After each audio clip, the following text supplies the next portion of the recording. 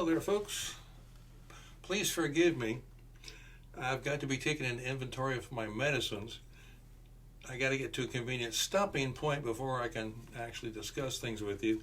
You see, now that spring is here, although I can't tell that for the life of me, more and more of the workers are coming back to the railroad, and that means conceivably more patients that I'm going to have, and I need to make sure that my stock of medicines is up. So give me just a moment to get to, as I said, a convenient stopping place. Where did I leave off? Opium racini. I'm going to need maybe three more bottles of that. We go through a lot of Opium racini. And the mercury pills, 2 types. Blue pill and the cathartic compound. Oh, sure. 1 of each. The blue stone looks, you might know that as copper sulfate. We call it blue stone. That looks all right. Bicarbonate, that's fine. The quinine. Don't bust the laudanum. Quinine, gotta have more quinine. Since it's getting warmer, there's going to be lots more fevers, and I need to be sure I have enough of that on hand. So, quinine. 1 more, well, if it's a big bottle, sure. And the laudanum, oh yes, can't do without that. Where would I be without it? Where would my patients be without it? Laudanum. All right, I can stop there. My apologies for seeming neglected of you. Welcome to the channel. Welcome to Dave Digs History and the medical subset thereof. I hope you're all doing well. And if you're not, welcome to the hospital. How are we doing?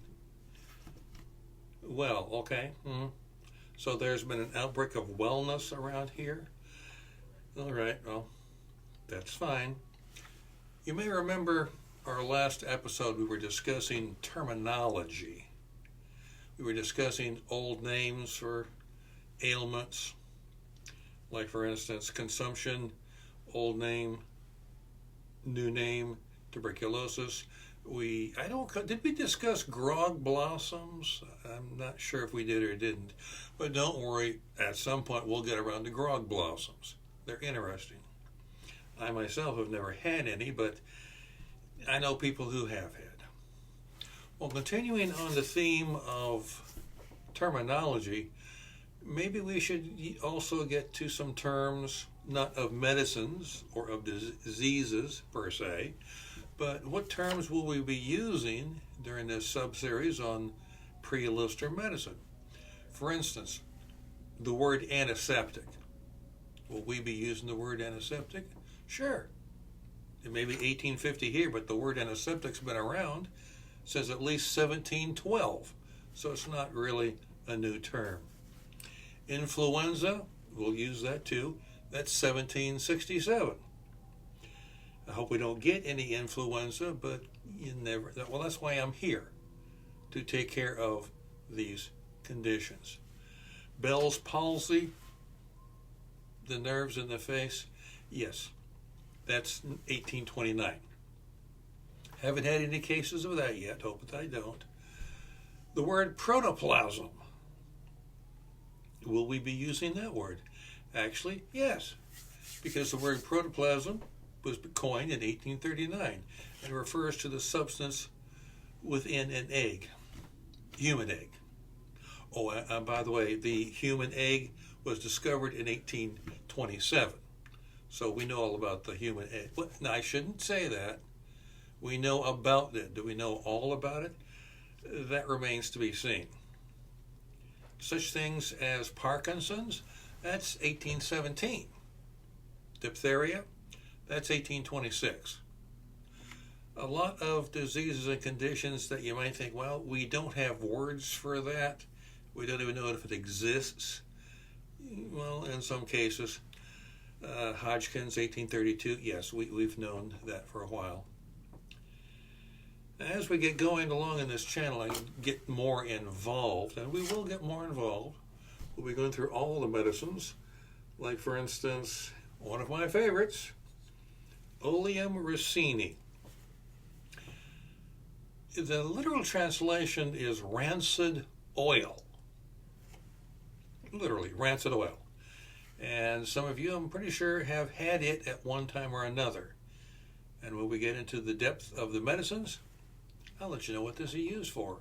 You didn't like it then, you probably won't like it now.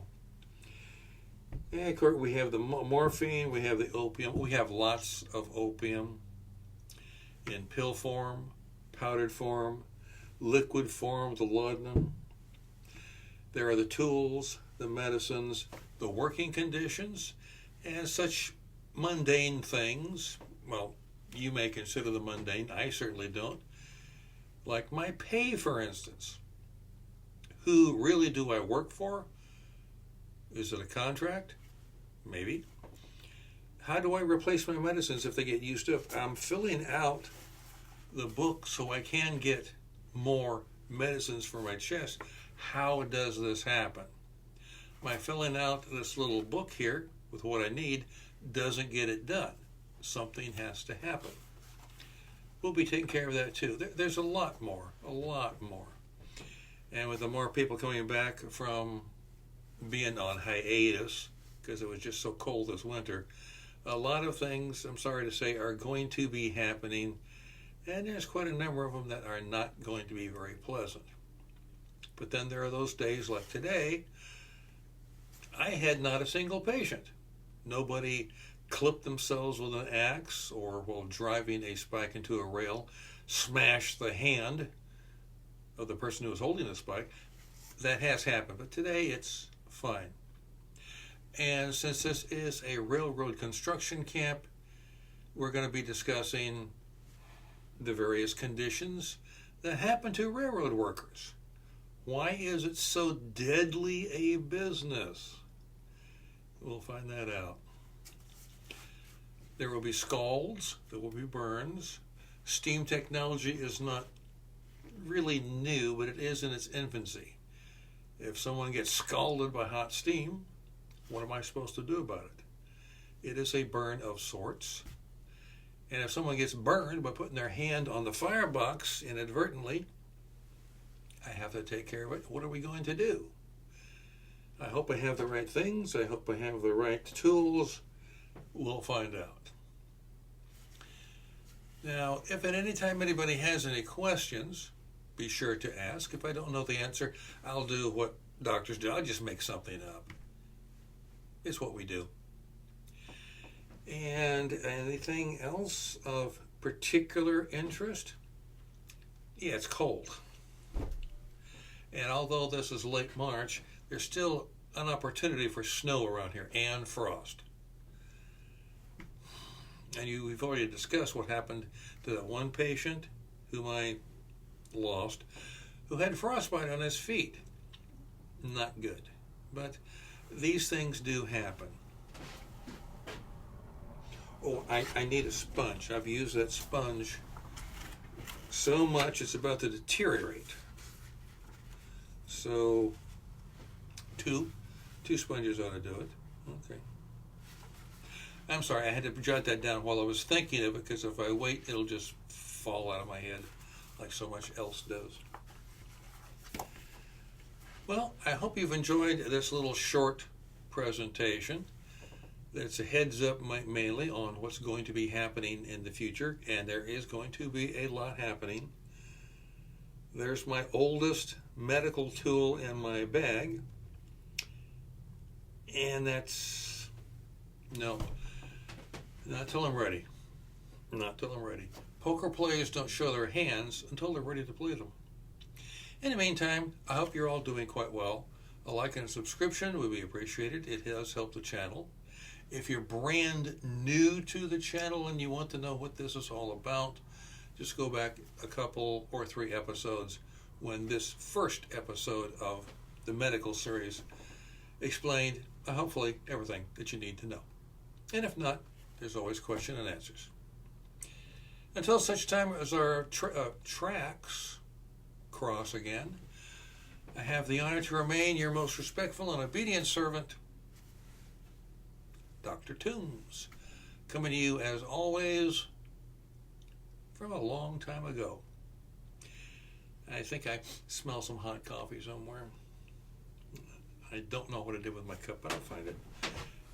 Thank you for dropping in, folks. It's always a pleasure to see everybody. Hope to see more of you in the future.